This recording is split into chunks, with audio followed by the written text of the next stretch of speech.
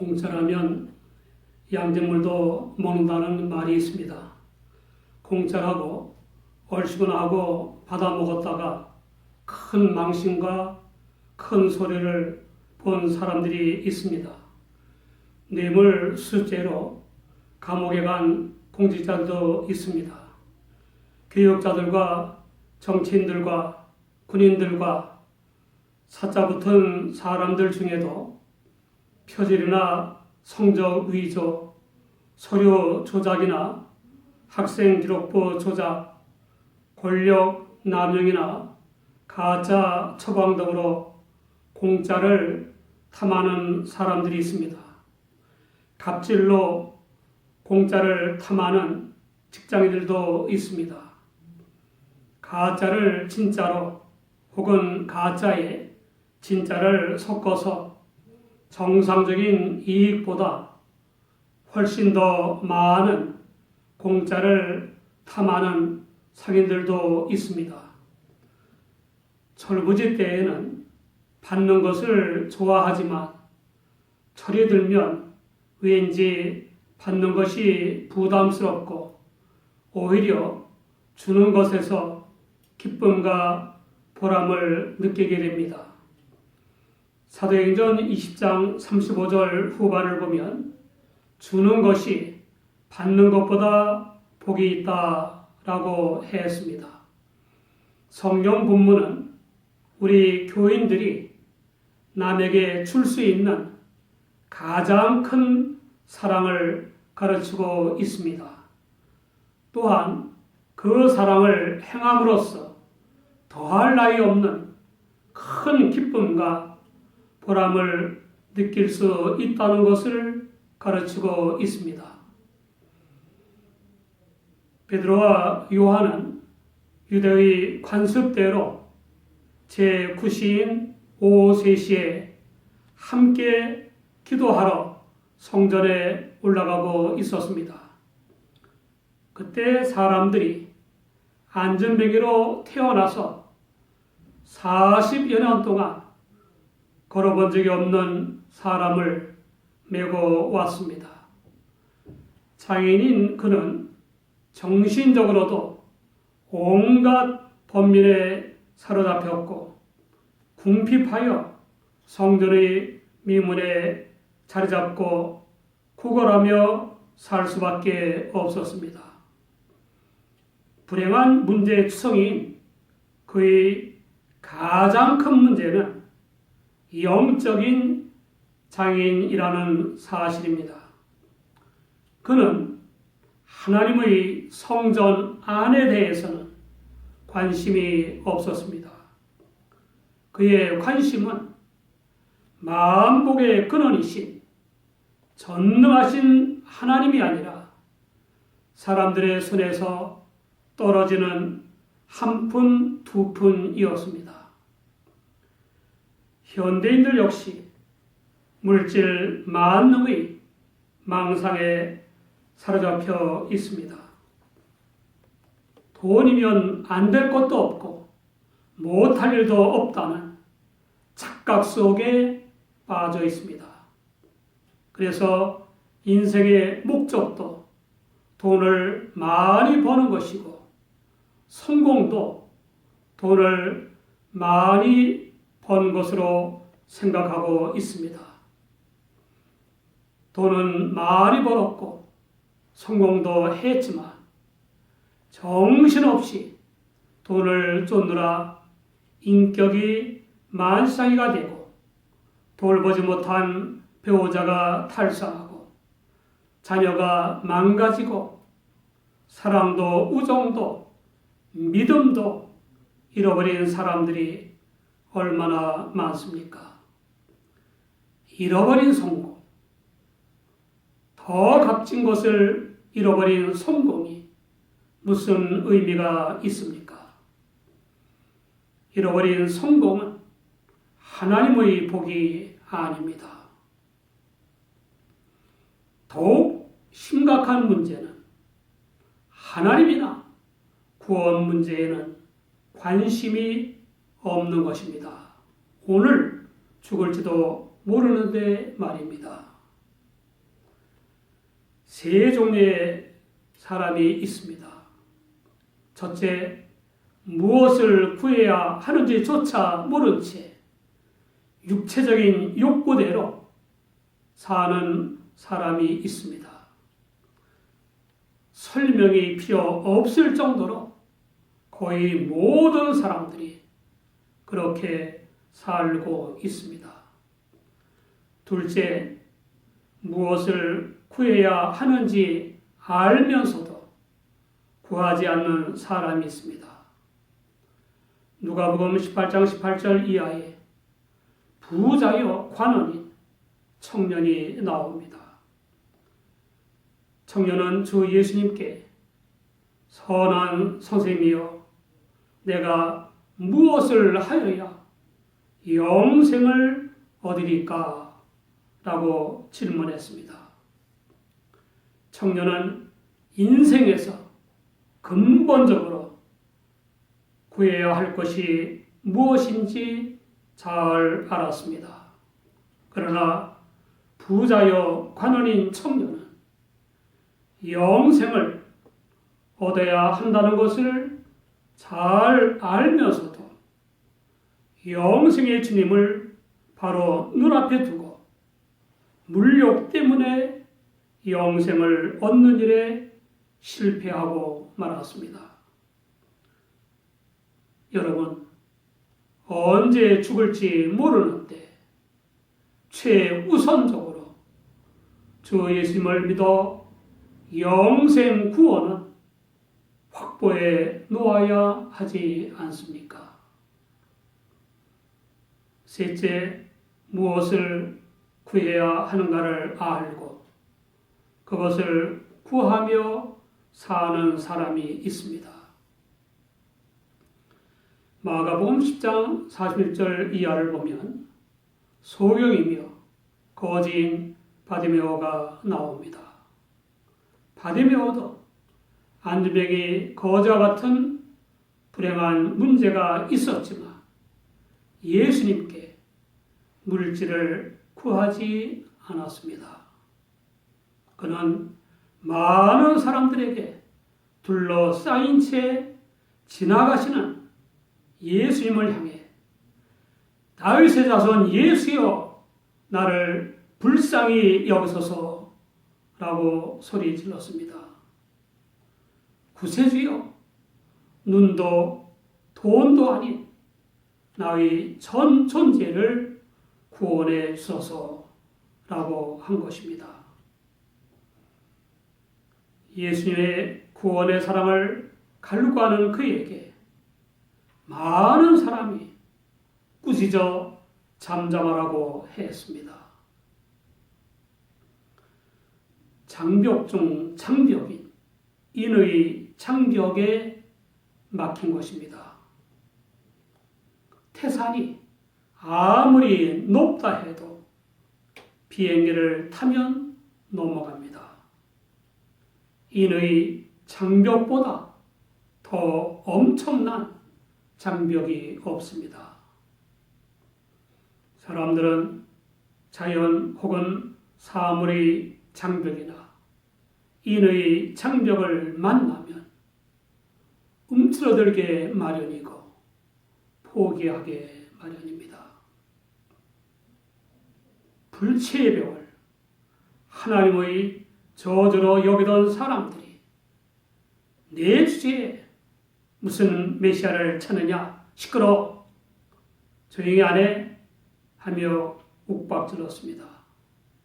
그렇지만 바디메오는 에이 그렇지 내 주제에 무슨 메시아를 찾나 하면서 포기하지 않았습니다.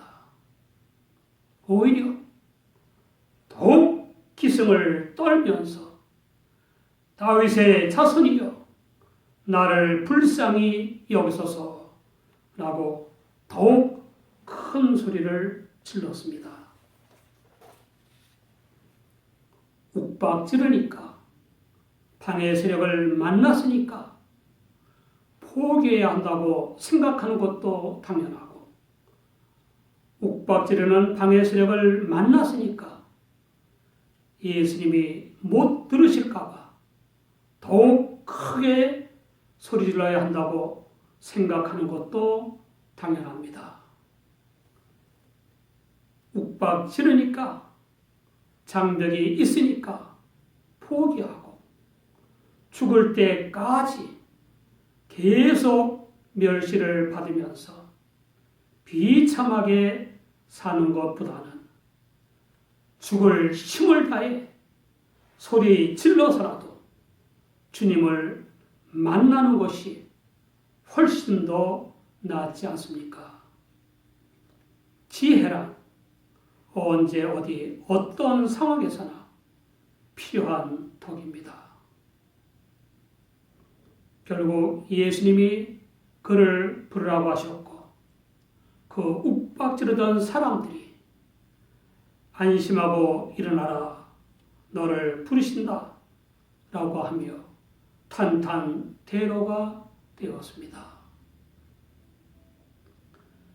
주 예수님을 만난 소경이며 거지인 바디메오는 영생은 물론 영과 육의 모든 문제를 해결받았습니다. 영원 구원이 아닌 돈을 얻으려는 안진병이 거지에게 베드로와 요한은 물질을 주는 대신에 그를 주목하여 우리를 보라 라고 했습니다. 우리를 보라고 하는 것은 자신의 넘치는 사람의 소리입니다. 누가 볼까봐 두려워하는 사람이 얼마나 많습니까? 남몰래 죄악을 저지르고 남들이 알까봐 두려워하는 사람들이 얼마나 많습니까? 역경의 때에 우리를 보라 라고 말할 수 있어야 하고 순경의 때에도 우리를 보라 라고 외칠 수 있어야 합니다. 값진 승리가 절실한 때에도 우리를 보라라고 외칠 수 있어야 합니다. 우리가 원하든 원치 않든 간에 다른 사람들에게 우리의 인생 모습이 보이게 마련입니다. 우리의 삶이 사람들에게 어떻게 보일까? 교인들에게는 어떻게 보일까? 우리의 근무 태도가 직장에서는 어떻게 보일까? 우리의 신앙 생활이 목자에게는 어떻게 보일까 하는 생각을 종종 해볼 필요가 있습니다. 우리를 보는 사람들의 눈은 잘못 볼 수 있지만 하나님의 눈은 틀림없습니다. 그러므로 우리는 무엇보다도 하나님의 눈에 어떻게 보이는가를 염두에 두며 살아가야만 합니다. 사울은 하나님의 눈에 왕이 될 그릇으로 보여 왕이 되었습니다. 그러나 왕이 된 사울은 점점 더 교만해졌습니다. 위기의 때에 하나님의 말씀을 어기고 사무엘 없이 제멋대로 예배했습니다. 또 아말렉 왕 아갑과 그 백성과 모든 가축을 다 멸하라고 하신 하나님의 심판의 명령을 어기고 백성들의 눈치를 보느라 아각 왕과 좋은 가축들은 죽이지 않았습니다. 물론 백성들의 눈에는 소통이 잘 되는 좋은 왕으로 보였습니다. 문제는 하나님의 눈입니다.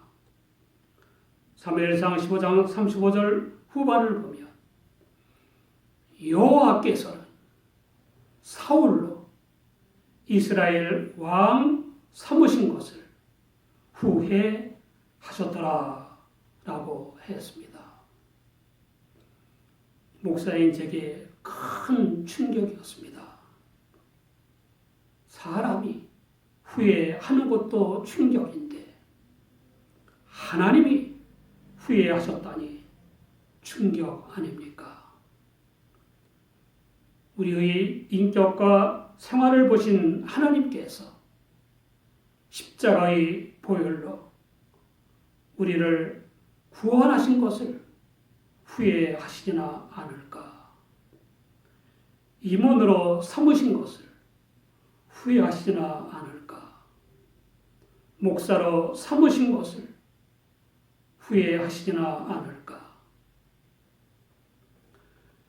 하나님께서 보실 때에 후회거리가 아니라 기쁨거리가 되시기 바랍니다.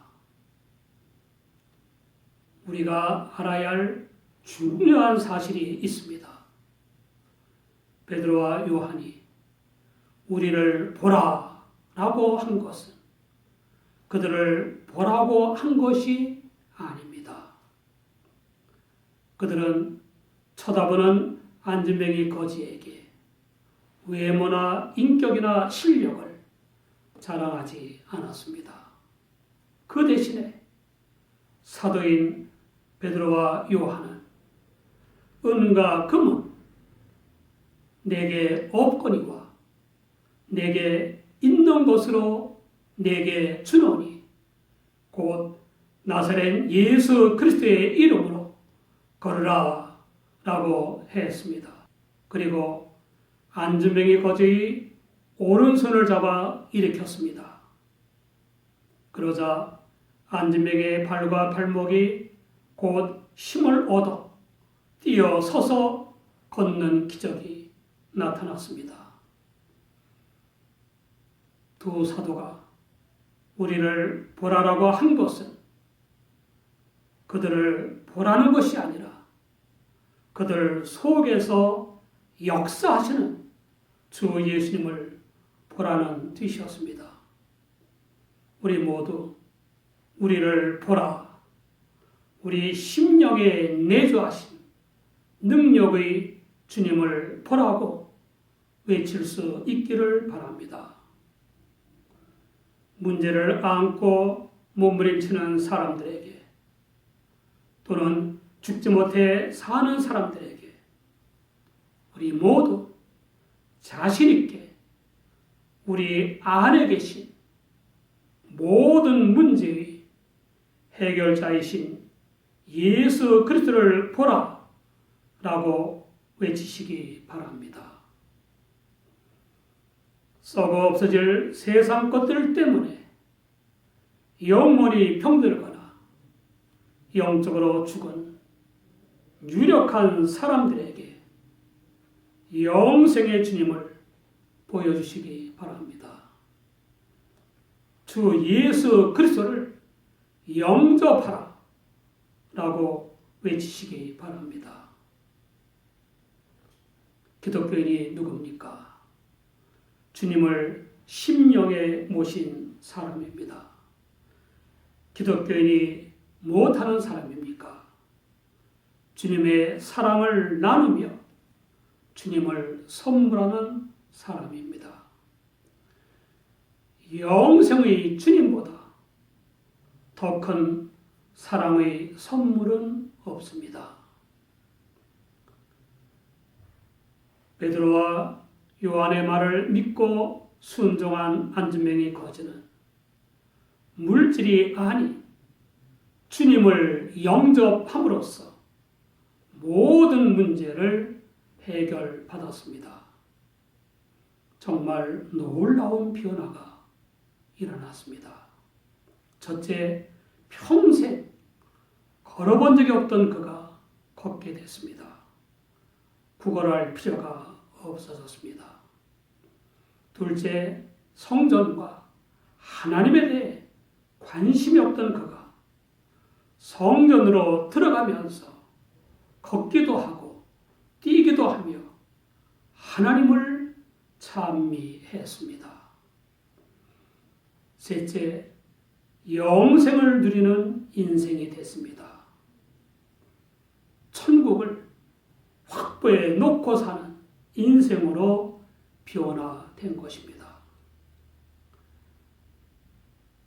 안전병의 거지의 복된 변화는 모든 사람을 깜짝 놀라게 했습니다. 우리의 불행한 문제가 불평과 원망의 조건이 아니라 모든 사람이 깜짝 놀라 하나님께 영광을 돌리는 조건이 되길 바랍니다.